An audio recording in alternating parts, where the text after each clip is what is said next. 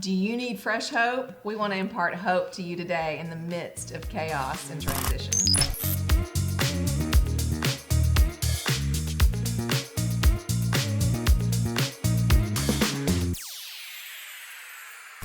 Welcome back to the Help for Leaders podcast. I'm Stacey Harris. So excited that you're joining me for this series on transition. But before we dive in, I'd love for you to subscribe, hit that like button, and ring the bell. Today's episode is all about new beginnings. We've been doing a series of change and transition. This is the 4th episode, and today we're talking about hope. We're talking about that stage of transition of new beginnings. And I've got Carolyn Grant joining me today. So welcome, Carolyn. Thank you. Why don't you briefly tell us a little bit about yourself and what you do? Sure. I am a South African that has lived in London and now live in Austin, Texas.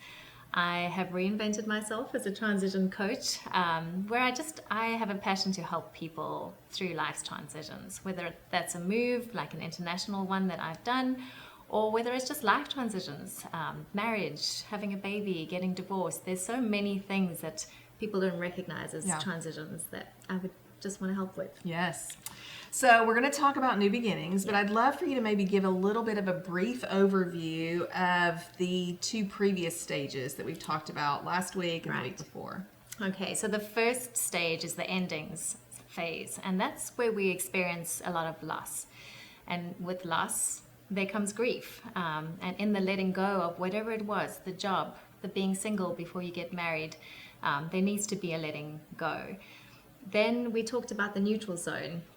That's the really ick in between phase, between what was and what we're hoping is going to be. It's a really difficult season emotionally as we wrestle with the discomfort of the change, but it can also be a great time for growth and introspection if we can be aware of what we're feeling and why and our motivations behind it.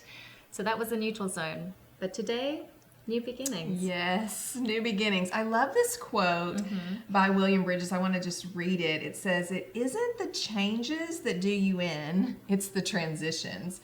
Change is not the same as transition. Change is situational. The new boss, the new team roles, new policy. Transition is the psychological process people go through to come to terms with the new situation. Change is external. Transition is internal." And that's really what we've been talking about. Absolutely. So change is that momentary thing, but transition is the psychological process, the emotional process that we all go through, and we all experience it differently because we're wired so differently, because we're so unique. And so that's where behavioral styles can really help in this process of understanding, oh, that's how I'm wired. That's how I process information. That's how I communicate.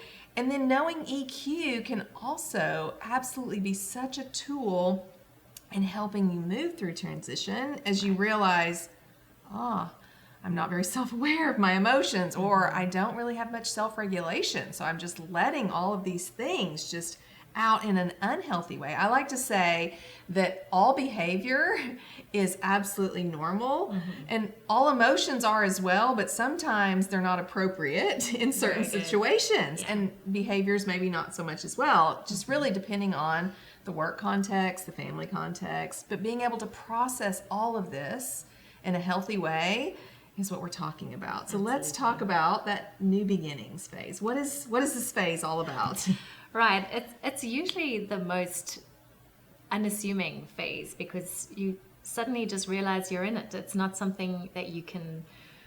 It's not a day It's that we not can a put on our day calendar that we're like, and this say, is when we're check. going to be able to transition. But you do wake up going... I think that's identified by people wrestling with it. Like, how do I know if I've had closure in the endings phase? How do I know if I've been long enough in the neutral zone? But there is just something that shifts internally where you go, you know what? I think I'm ready to embrace this new, whatever this new is.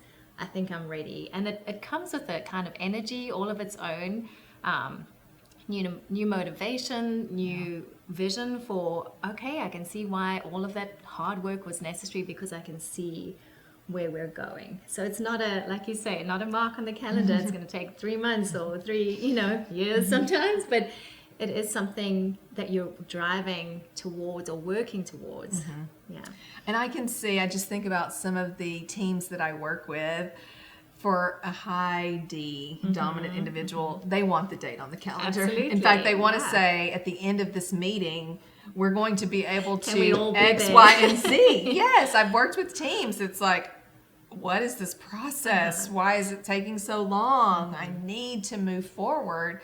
So understanding that piece of dominant behavioral style of, oh, okay, not everyone on my team is experiencing this transition as I am, so I've got to pause. Right. And it might be hard. I might feel very bored or just that this is a waste of time. Why can't we move forward?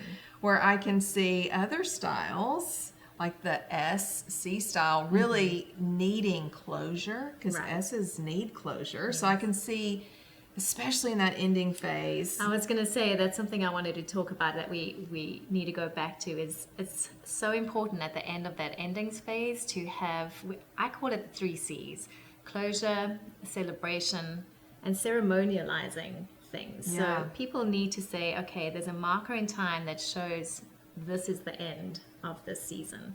So, that's why we have ceremonies. That's why we have a graduation ceremony, and why so many young adults struggle during the pandemic, because they didn't have that marker in time, that actual ceremony to say, well done, you've completed college, now you're ready for the next phase. In Africa we have teenage rituals where, people go off into a place where they then learn, okay, well now I'm moving into manhood. We don't have that, maybe in a quinceañera we have it here in the US, but in certain cultures, should I say. Yeah. But it's just this a ritual almost that we are fulfilling, or it's a farewell party, and that's why I say the C for celebrate, just to say your place mattered, your role mattered, you mattered in this season, even if it's come to an end. Yeah.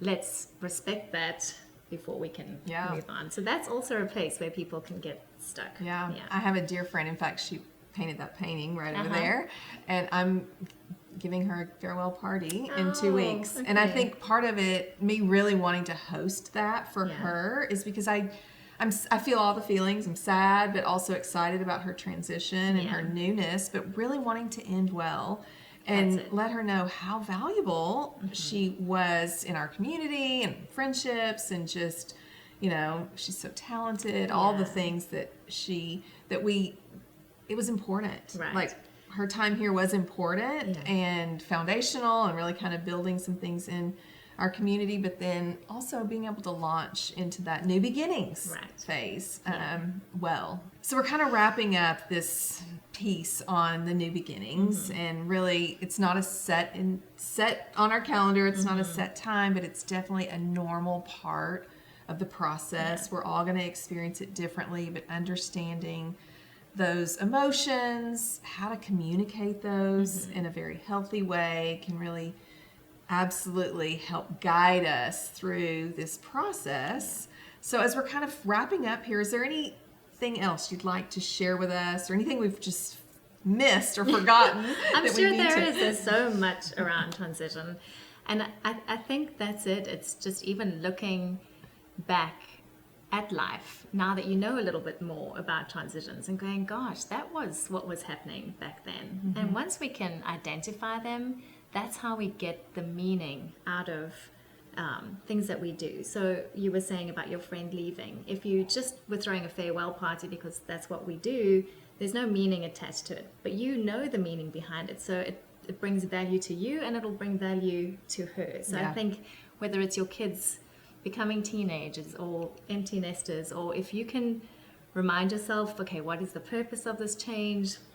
What is the big picture? What's the plan? All those P's, it can help you move through it and gain meaning from it I too. love some of the things that I see now. I mean, when we were having children, did you do a baby moon? Did you even know what a baby moon was? Did not until I had got here. I did not know.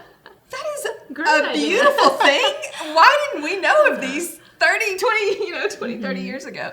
So I love that that's actually a thing now, and people are actually doing those kind of, moments. So that's going on vacation before you get the baby. So it's kind of like a honeymoon, but right? yes, Before the baby moon. comes. I think it's a beautiful thing. But I've seen these things that have happened, and I thought, maybe as a society we're getting better in some ways, and I think we have a long way to go, obviously, in others. But I think it's a process, and it's all about learning. It's all about self-awareness. It's all about even, oh man, I didn't do that so well previously.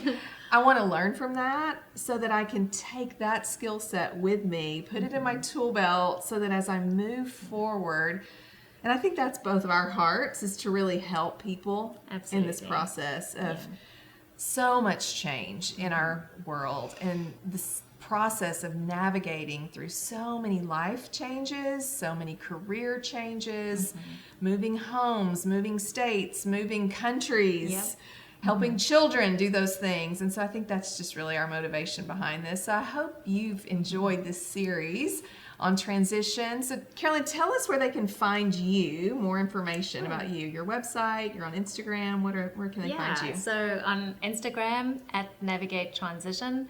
My website is navigatetransition.com, and there you'll find a blog where I do some writing just about daily life and daily transitions, but there's also some content there, especially when we went through the pandemic, just to help people understand what transition is. So I can't wait to read your book one day, because I know there's a book in her that's coming out, and she's a beautiful writer. So go check out her content, and join us next week, because we're going to talk about just some stories of transitions and how maybe personally we've both walked through some, even have you've helped clients. I know you've done some work with global aid workers that have moved back. So join us next week for more Help for Leaders.